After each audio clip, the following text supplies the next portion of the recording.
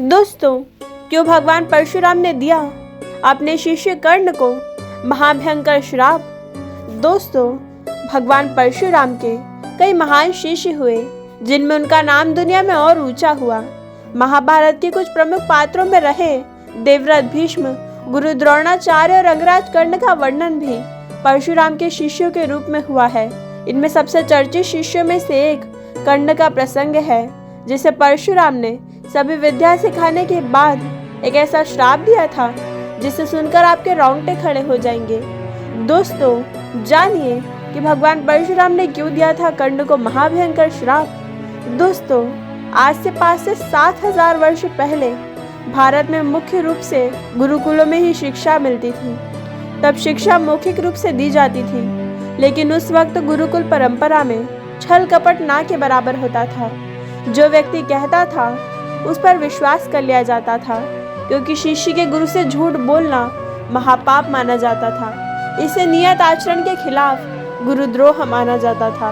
लिहाजा जब कर्ण गुरु परशुराम के पास पहुंचे तो उसे यह बात पहले से मालूम थी कि गुरु परशुराम ने शस्त्रों का त्याग कर विद्या दान करते हैं, लेकिन वह सिर्फ ब्राह्मण कुमारों को ही शिक्षा देने का प्रण लिया था, अन्य कुमारों को नहीं।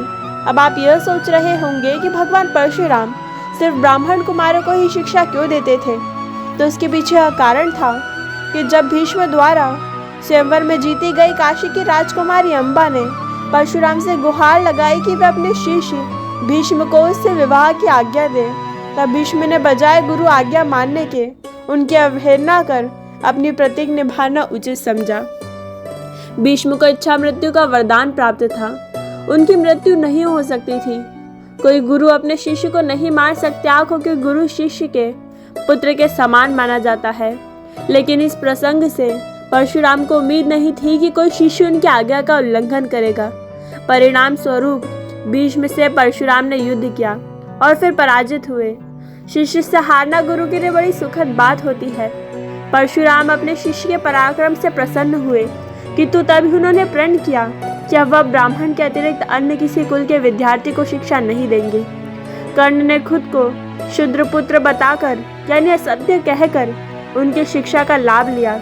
लेकिन एक दिन जब भगवान परशुराम को एहसास हुआ कि कर्ण शूद्र नहीं, एक क्षत्रिय पुत्र है, तो उन्होंने कर्ण को असत्य बोलने को लेकर दंड देना आवश्यक समझा। गुरु परशुराम ने कर्ण को श्राप दिया कि जब उनके द्वारा दी गई विद्या की अत्यंत आवश्यकता होगी तो वह उस विद्या को भूल जाएंगे।